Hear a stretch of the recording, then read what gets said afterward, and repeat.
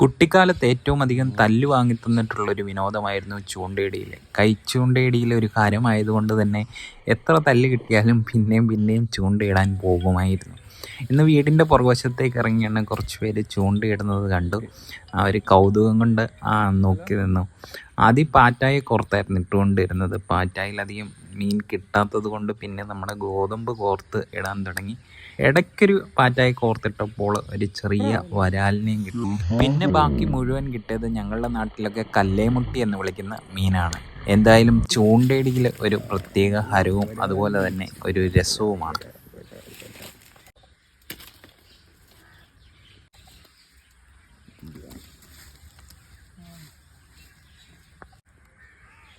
എത്ര